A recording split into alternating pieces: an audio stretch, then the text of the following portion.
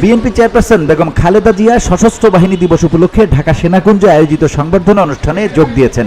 প্রধান উপদেষ্টার দেয়া বৈকালিক এই সংবর্ধনা অনুষ্ঠানে অতিথিদের জন্য নির্ধারিত আসনে বসেন বিএনপি চেয়ারপারসন। প্রধান উপদেষ্টা প্রফেসর ডক্টর মোহাম্মদ ইউনূস তার পাশেই বসেন।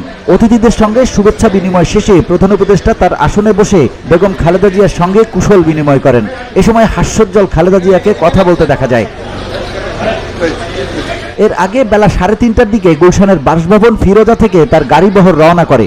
বিএনপির মিডিয়া সেলের সদস্য সাইরুল কবির খান এ তথ্য জানান। খালেদা জিয়ার সঙ্গে তার ছোট ছেলে আরাফাত রহমান কোকোর স্ত্রী সহ পরিবারের সদস্যরা রয়েছেন।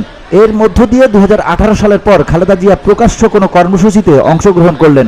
এর আগে 2018 সালের 5 ফেব্রুয়ারি বিএনপি চেয়ারপারসন সবশেষ সিলেট সফর করেন।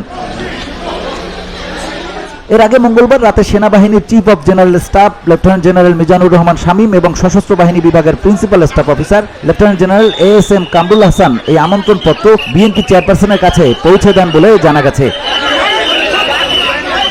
BOD Bangla news desk.